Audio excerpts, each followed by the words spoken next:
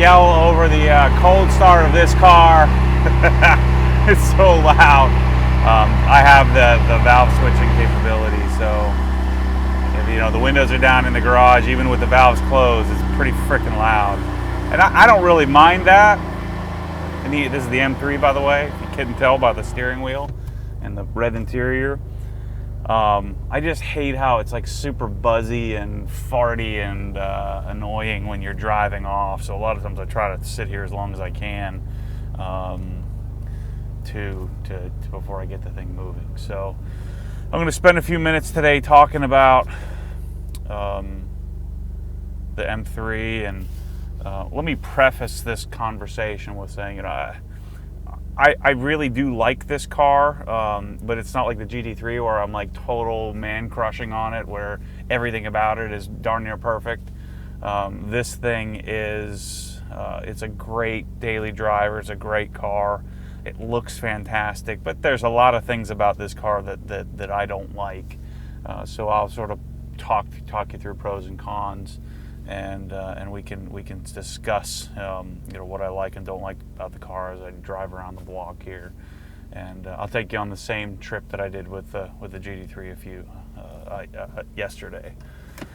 So my normal start procedure, obviously this is a 6-speed manual, would be to hit engage reverse, and I hit the M1 button twice.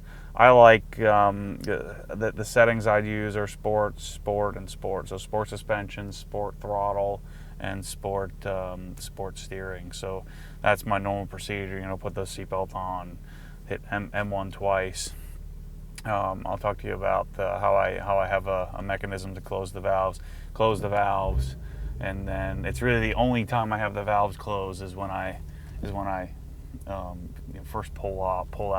I don't have to wait for the car to come to full operating temp, but I do need to at least drive a few, maybe like a half a mile before I'll open the valves, because the thing sounds terrible. Really doesn't have anything to do with the AW exhaust. It has more to do with the just the cold start function of the car. From what I understand or what I've read, the car will or it's tuned. BMWs for whatever reason are tuned to, and I think a lot of cars are tuned to cold start to get the to where the RPMs run a little higher, in order to get the cats warmed up quicker, so that way they can start absorbing carbon monoxide or do whatever they do. To me, it's super annoying, and I will delete the cold start if I do some sort of other tune, but the piggyback tune, at least the one from Dynan, doesn't give you any custom functionality. So I'll probably talk about tunes or do videos on the tune later on. But the great thing about this car is, it is super comfy, and it certainly gets the job done for me.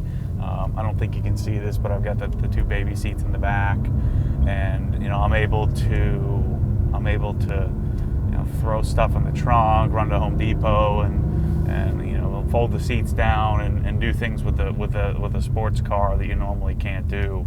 So that's what I enjoy about this thing so much, is that it's such a practical car. The thing I don't enjoy is that this car just doesn't feel special to me, and I know that may come across as really snobbish. So right about here is where I'd open the valves up, and I'm sure you guys can hear what the car sounds like with the fake sound that's being pumped through. Go around my favorite S-curve. Obviously this car isn't going to be as flat as the GT3, but still, it's no joke. Car isn't warmed up yet, so I'm not going to do anything stupid.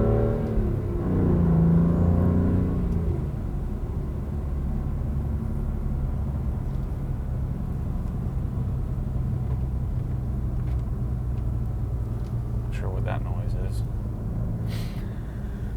So anyway, as I'm continuing to sort of take you through this car and talk you through some of the things that that I think are good, and some of the things that I don't like so much. The first thing is great about this car versus the E92 is the manual is really good. It's not good compared to other sports cars, but it's good for BMW. I mean, I know the German engineers at BMW, for whatever reason, they enjoy having this rubbery feel to the... So, as I was saying about the manual transmission in the BMWs, that I know I lead with the first videos I'm thinking to make, or that occur to me, is to make videos talking about the transmission. To me, the transmission is the connection to the car, and you know me, I'm so big on connection. How does the car feel, and how much of the road can I feel but still have it be compliant?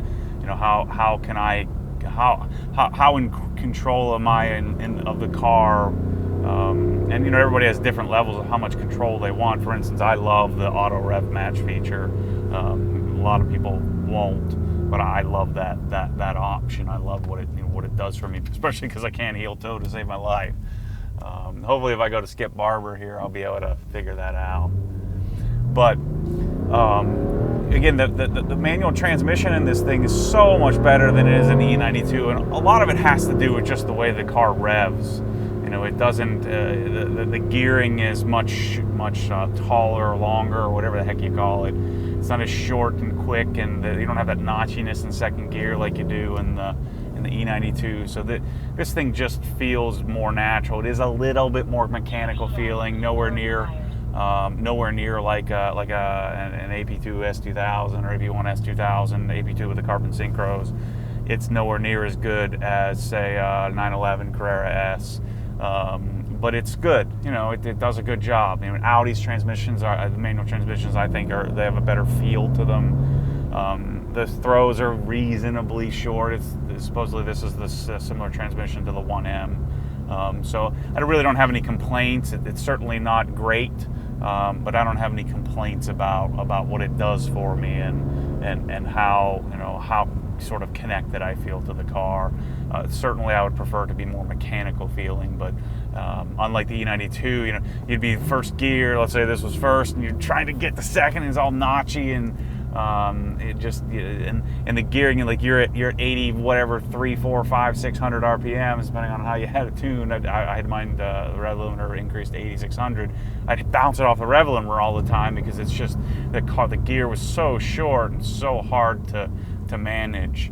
But in this car, I think the manual transmission does well. I think it's a good car for the manual. Naturally, it's going to be slower than if you had the DCT, but it's very capable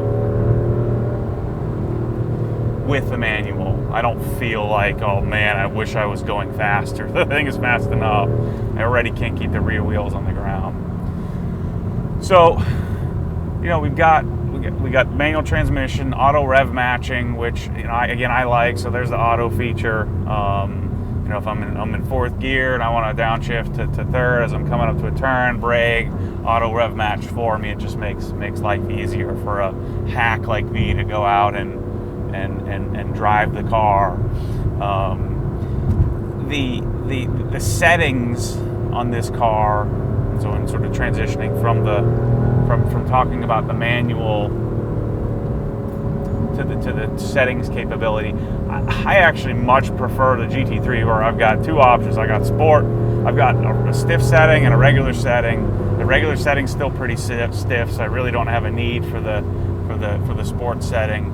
And then it's in manual. I mean, that's all it has. So I probably should have bought just the regular suspension. You guys, this will seem a little weird because I'm such a finicky guy and always about the details, but I actually don't like having all these different setting options. I wish I would just set the car up best, and then it doesn't stress me out. I get all bent out of shape about stupid crap that most people don't, and it sort of, I'm always thinking about this, like I'm driving in sport, but just always wondering, well, maybe I should be driving differently. I should be in a different mode or in a different setting. And so I'm constantly, that's constantly running through my head, which I wish I didn't have those options, to be honest with you. I just think, for a guy like me, it's just easier to not have those options.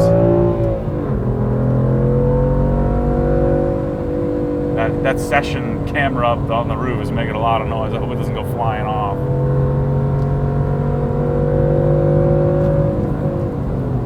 So to give you an idea here, I'm doing 80 something versus 110 in the GT3, and I feel like a little wobblier in this car. It's just not as, especially for an amateur driver like myself, it's just not as easy to handle. But again, we're comparing a car that costs twice as much, so I get that. So settings, again, if I'm driving around and I don't use the Sport Plus mode as much. It tends to be a little jumpier.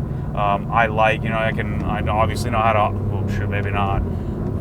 I know how to rev match the car, but I just don't. I don't feel the need to do that anymore, especially after having the Carrera S.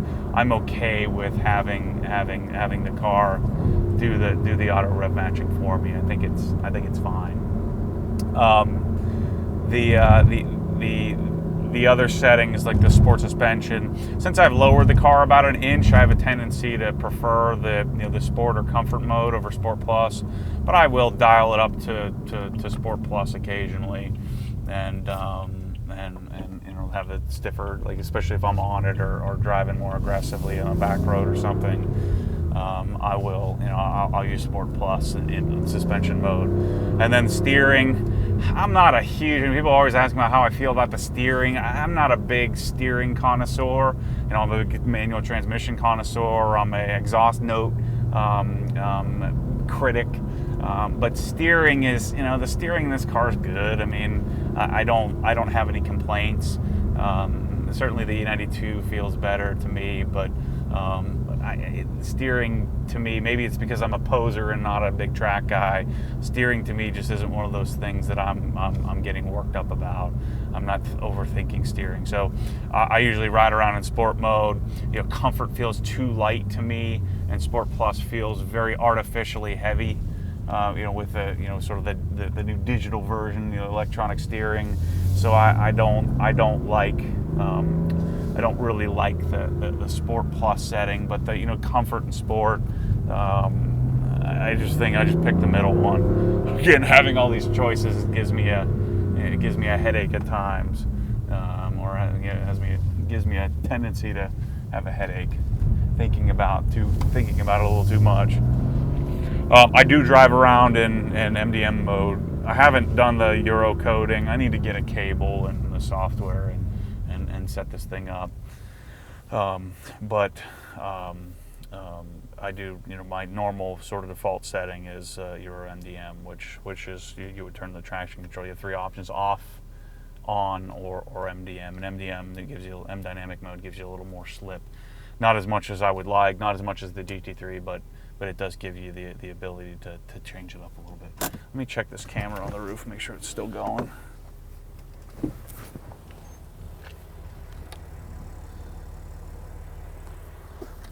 Yeah, it is.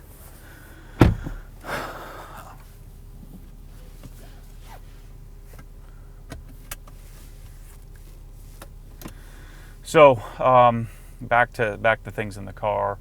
The thing that bothers me the most is the sound this car makes. I really don't. Let's put the windows down and see, kind of roll slowly and see if hopefully we don't get too much wind noise. We'll go back around the cul-de-sac here again. But I think it sounds, a little odd. But when you're on, when you're driving the car in, in a reasonable fashion, when you're just kind of cruising around town, you keep it below like 4,000 RPMs, I think the thing sounds good. Anything above that, it sounds god-awful to me. And that's probably why I'm not a huge advocate for this car, because I think this car looks fantastic.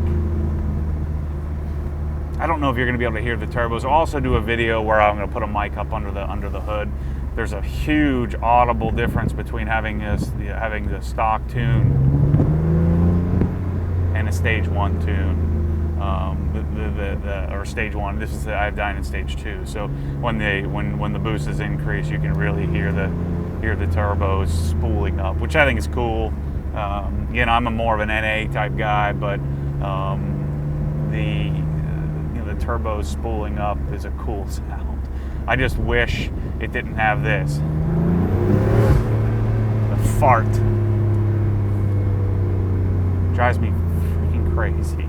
That induced overrun that the car gives us that I could certainly do away with. I'll show you what it sounds like, and then we'll put the windows back up.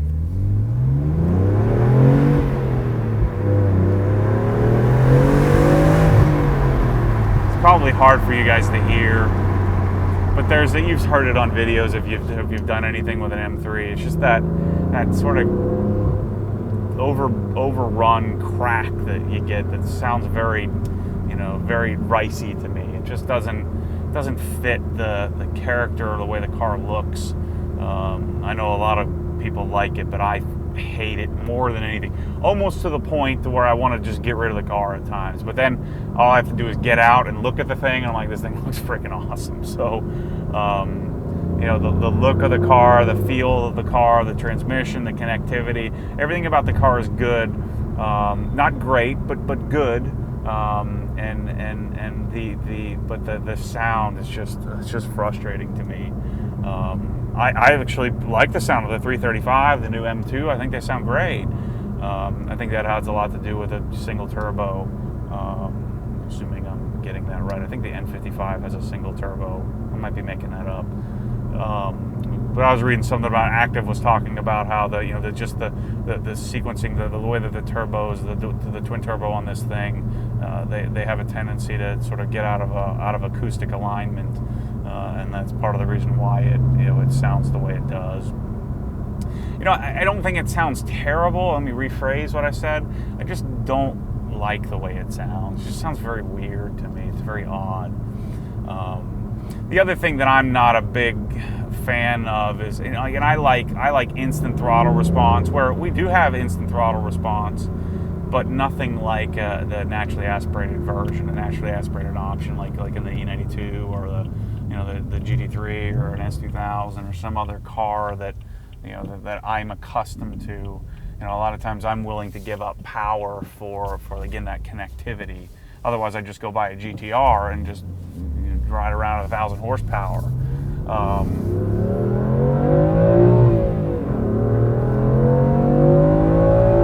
But there is something to be said about a car that's faster than pretty much everything else on the road. I mean, this thing gets out and moves, man. I mean, it's legit. I mean, BMW gave us everything we'd asked for. There's no longer any excuse to apologize for why your car's slower, or why it doesn't do a certain thing. This thing moves on out, man. I mean, there's no question. There's tons and tons of power. I'm just not a big fan. If I'm in third gear and there's an initial dip, and then you have the spooling of the turbos. There's been lots of arguments about turbo lag, and if you're a big ex-turbo guy, like an Evo guy or a Supra guy, you know what turbo lag is. Guys like me who are not turbo guys by our car progression, it feels like what I would say turbo lag is. But you keep the revs up, and the car will stay in boost. And my argument is pretty much any car would do that. So, just something to think about. Steve Dinan calls it, what is it called? Delayed throttle response. I call it turbo lag, but that's just me.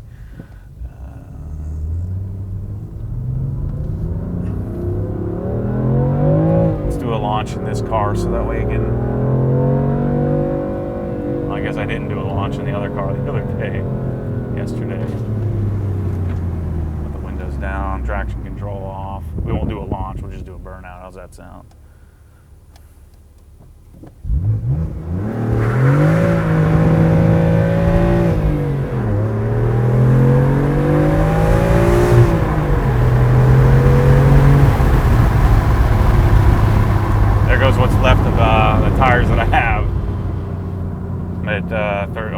15,000 miles, and the tires are about toast. Actually, the outer edge of the tire is toast. The inner edge is not too bad, which is weird because, I do have a little camber from, I never actually aligned the car after lowering it. I think that the outer edge of the tires is a softer compound than the inner. So anyway, this car, this is going to sound really arrogant, and I hope it doesn't come across this way, but I don't think this thing is special. I wouldn't enjoy this if this was my sort of either my only car or my weekend car. So if I had like a daily driver, like something else, like when I had my S2000 as my daily driver and my E92 M3, M3 was special to me. And maybe it's because it was my first M3. Maybe it's because that was a huge step in my personal car progression. But this car I just couldn't imagine, and I'm also probably jaded because I now have a 991 GT3. I just couldn't imagine I'd be bored if this was my my go-to car, if this was my baby. I'm very pleased with this as my daily driver, and I'm getting 21-ish miles, 20 and a half miles per gallon, which I don't really care. I don't drive all that much anyway. I don't really care about fuel economy as much as I probably should. But it's a very functional, very practical car. I don't even need to close the valves in the thing. I can barely hear the car as it is. It's just comfortable. It just works. The car just does what I want it to do, and it's 500 horsepower, which is also cool. So things like the exhaust sound, things like the rubbery manual transmission feel, it seems very easy for me to overlook because I have a GT3, because I aspire to have another E92 as a fun car someday, and also because I'm driving this thing around town, and it really is nice at times to just sit back, put it in fifth gear and just cruise, comfortably. And drive straight, smooth, everything's good about it. And that's another reason why I don't go too crazy on modifications and do have a desire to do turbo upgrades and really maximize the car's performance. It's just not. I don't. There's a fine line for me between headache and fun. And that line can get crossed really quickly. So I really like the way the car's set up. I'm waiting for OBD2 flashes to come out, so I don't want to send the ECU out.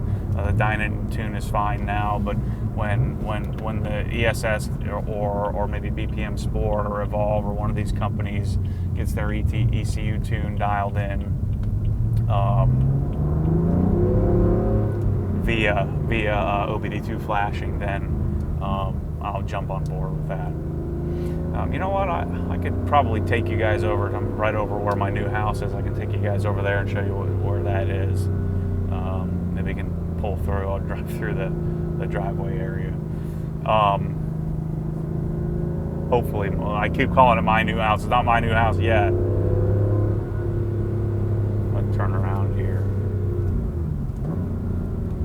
The carbon ceramics on this thing are fantastic, though. I know it's a huge expense. It's a costly upgrade, but man, I don't think I'll ever be able to go back to regular brakes. In fact, that's one of the I do want to get another E92 and hopefully in the next year or two. I don't know. We'll see. Hopefully, the garage doesn't send me make me broke. But that is what I'm not looking forward to, is having steel brakes. But then again, I can use all my fancy wheel cleaner that I have instead of just looking at it in the garage. So that would be a good thing, I guess. Way to look at it on the bright side.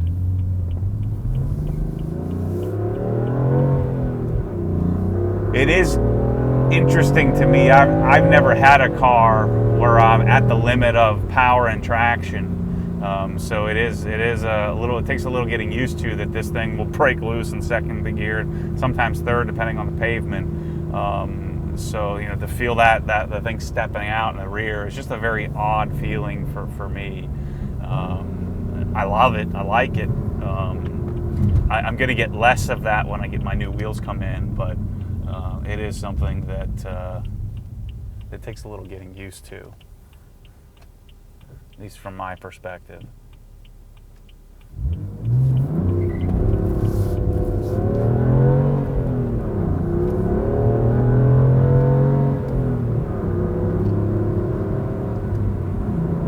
The thing is very easy to, and I'm not very good at sort of, I don't want to call it drifting because I'm not drifting, but throwing the rear end out.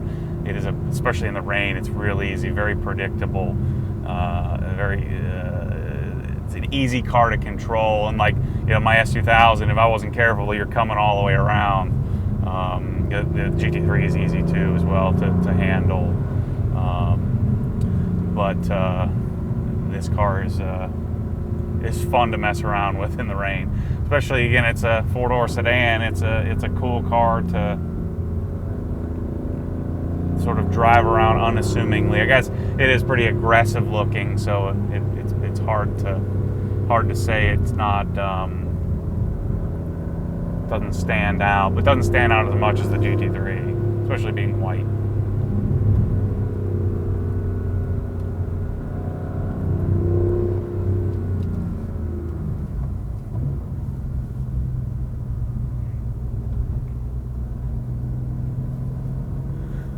So we've made a big loop around this sort of back area, and these aren't the best roads around, but the other roads are about 30 minutes away that I take a lot of times to, especially if I'm going down to Orlando.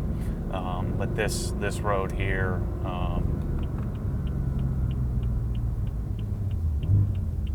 what's going on? This is my new neighborhood.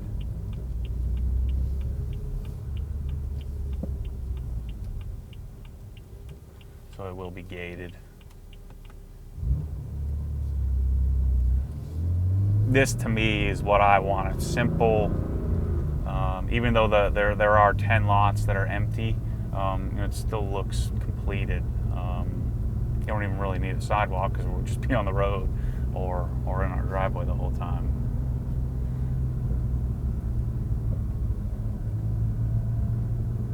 Let me start a new video. Nah, we'll just keep going. So my buddy just bought this house on the right, which is gonna be kind of cool. And then mine is over there on the left. Come back around.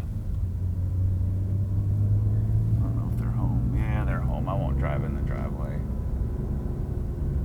So this is the neighborhood. It's maybe half a mile, 3/4 of a mile deep. But the cool thing about the lot of being 6 acres is when I'm hosting, Obsessed Garage headquarters quarterly meet or whatever we end up deciding to do. I think it's going to be kind of cool. I got fit like 500 cars on the property. Let's hope that I don't get kicked out of the neighborhood. They call the cops on me.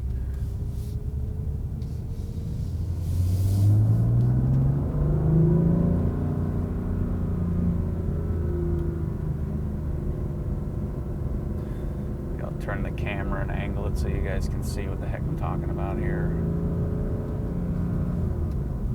So there's a house next door. There's nothing on the lot next to the house. Maybe I'll buy that someday, I don't know. So you can see in there the porte-cochere, which is where Michelle will be parking.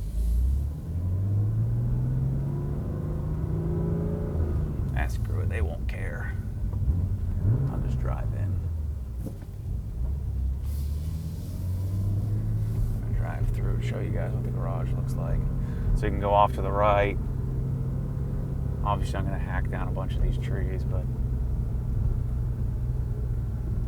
so this is the garage area back here where we're going to be. It's going to be sweet. Anyway, for those of you that actually care. pool, porte-cochere. I know the people that own the house, so I just think it'd be really cool. The kids riding around. See, we got all that flat area over there to the right. You can pull car after car after car after car all the way over to the left. It goes over like 500 feet. And I know there's trees, but you know, to park there for an hour or two, I think it's gonna be cool. My buddy's a car guy too, so we can use his lot as well if we need to. Anyway, that's the new neighborhood. Hopefully we're in here. We got another couple of people that are interested. It's a lot different than my current neighborhood. You know, I just don't think I won't overbuild in here, whereas in my current neighborhood I would certainly overbuild if I were to build some crazy garage and finish out the basement and have a too expensive of a house to support the community. Plus, I don't like the lake anyway. It's too much work. Michelle likes it. I don't. Lake to me is no good. Oops.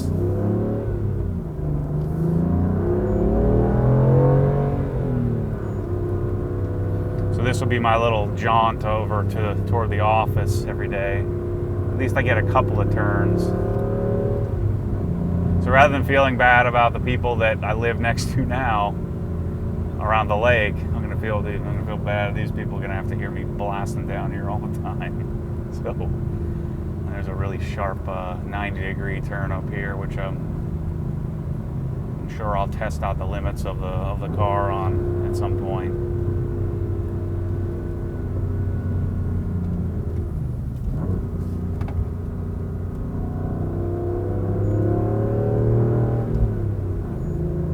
Yeah, 25-mile-an-hour speed limit. Probably not smart to mess around too much. So there's a lot to talk about on this car. So I mainly just wanted to get you in it and sort of, and a lot of people have been asking me about it because I understand the M3 is much more obtainable than other options.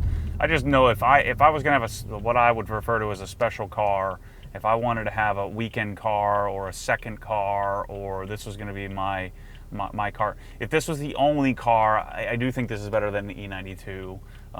But if I was going to have a special car, I would 100% rather have an E92, despite the fact the tech is better, seats are better, the comfort in here is better, the car looks more aggressive, looks more modern. I think the E92 is starting to look a little dated. I still think that I would rather have that. In fact, I know I would. The other thing that's great, you can get carbon ceramics, and I think the wheels look better on this car.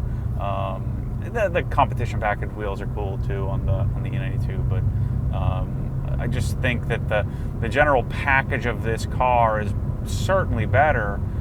I just don't like the connectivity. The experience isn't as good. The sound is probably the biggest disappointment.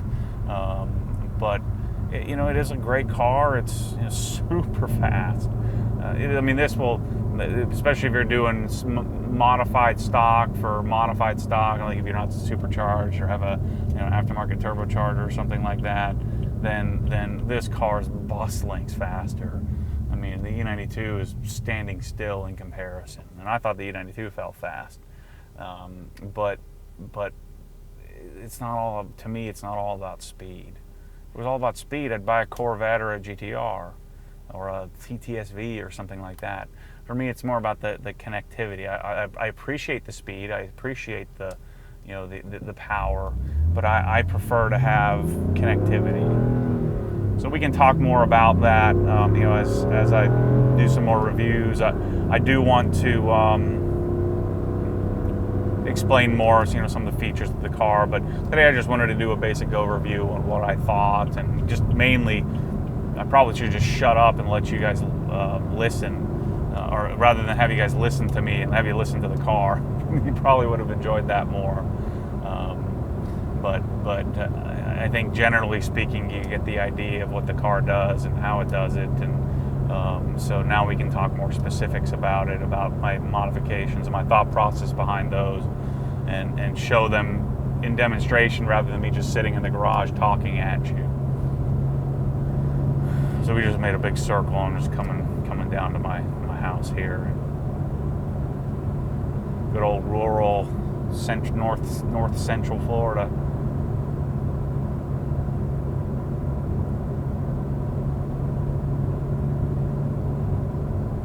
The thing I do love more, I wish the GT3 had this, but I love this steering wheel. This big giant steering wheel just feels better to me. The circumference is just a thicker, heftier steering wheel, which I like. We'll put the windows down here when we pull up. I just want to see if what the sound, how muffled it is. I actually have the Rode Stereo Video Mic X pinned to the door, on the door handle. I use my roll bar mount, just mounted it to the door handle, so we'll see how that sounds.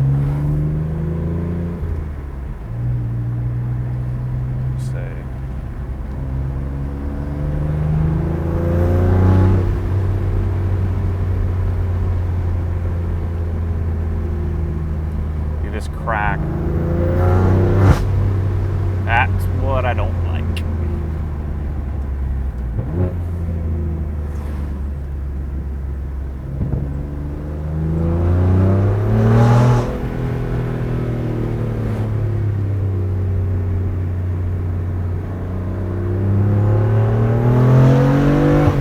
Let's take you down here past the house.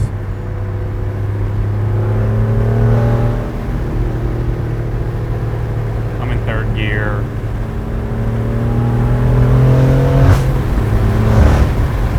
I just can't handle that. A fart dump.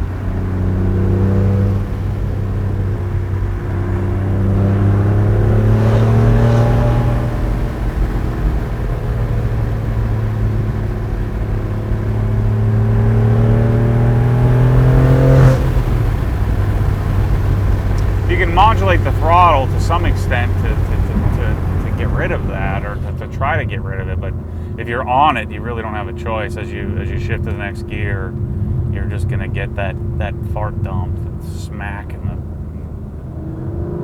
the exhaust. I don't know how much you can hear it with the windows up, but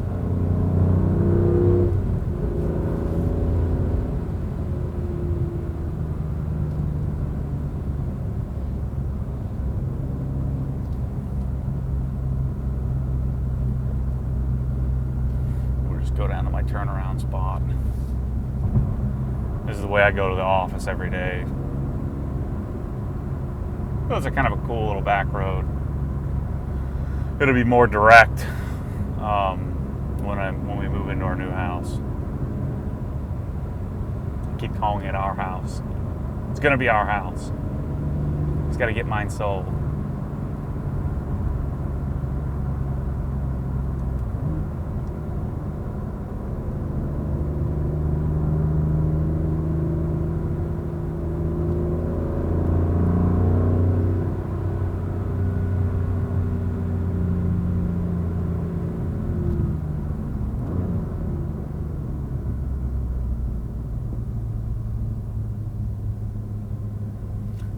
You can hear I'll just sort of bog it in third gear. You can hear the turbo spool up.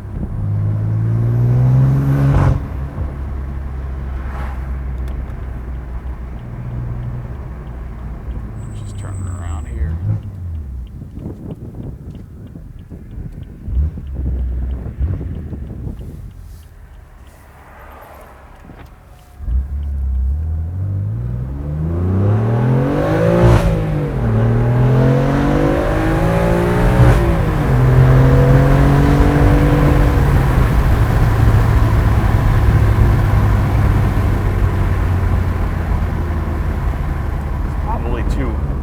Too windy to keep the windows down. I guess I just wanted to test it out since this is my second attempt. street car video.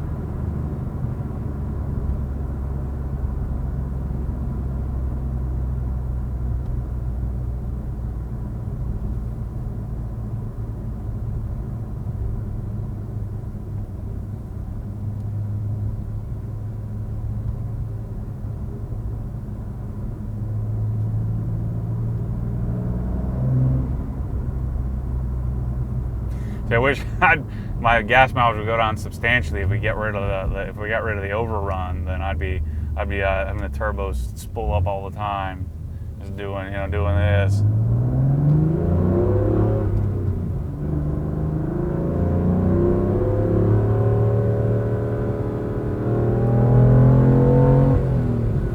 The crazy dip here. I'm always afraid I'm gonna compress the suspension and rip my front lip off. Wait up on these guys here.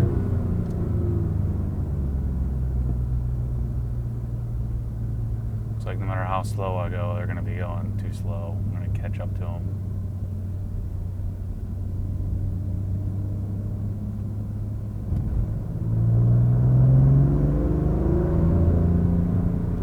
Maybe it'll sound pretty cool if I put a mic up in the under the hood.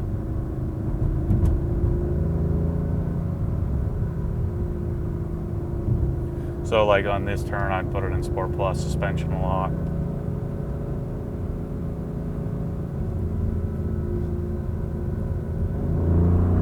Road's real smooth. And although we're going to catch these guys, they're going to be going 20 miles an hour on the turn.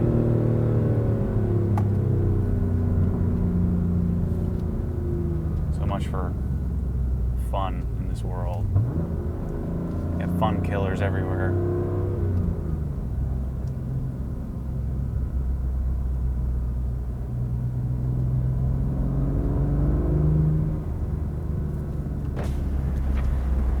So that's the the basic overview of the car. There's a lot to talk about: carbon roof and what it's like in the back seats. And again, I'm not trying to do a full review here. I'm just going to break it up and talk through what comes to my head. And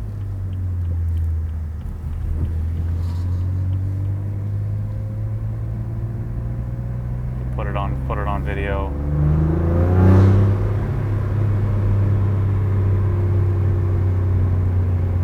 Kids always give me a hard time when I drive by.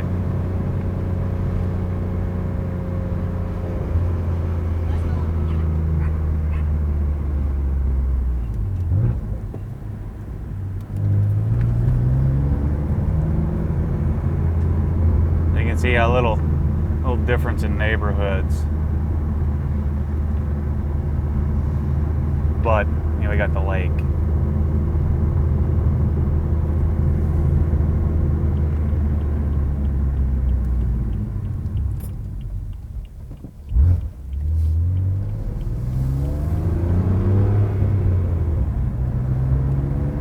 So I don't think the car sounds bad rolling around like this at 30, 40 miles an hour.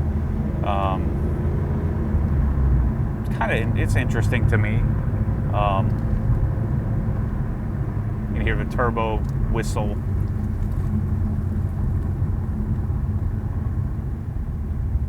Always got some crap sitting out front here. The kids, drives me nuts. Kids are always out play with my buckets. That's a new me. I'm able to let them play with my buckets and not get all bent out of shape about it. Come on.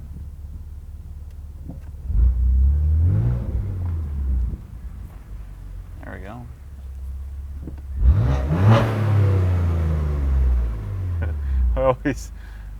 My wife got my bike out. I gotta put that away.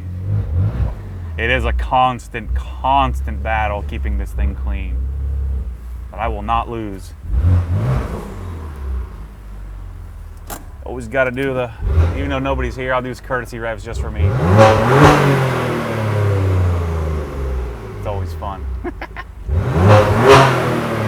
My poor neighbors, they probably hate me. Oh, I know they hate me. All right, guys, thanks for watching. Hopefully this video comes out.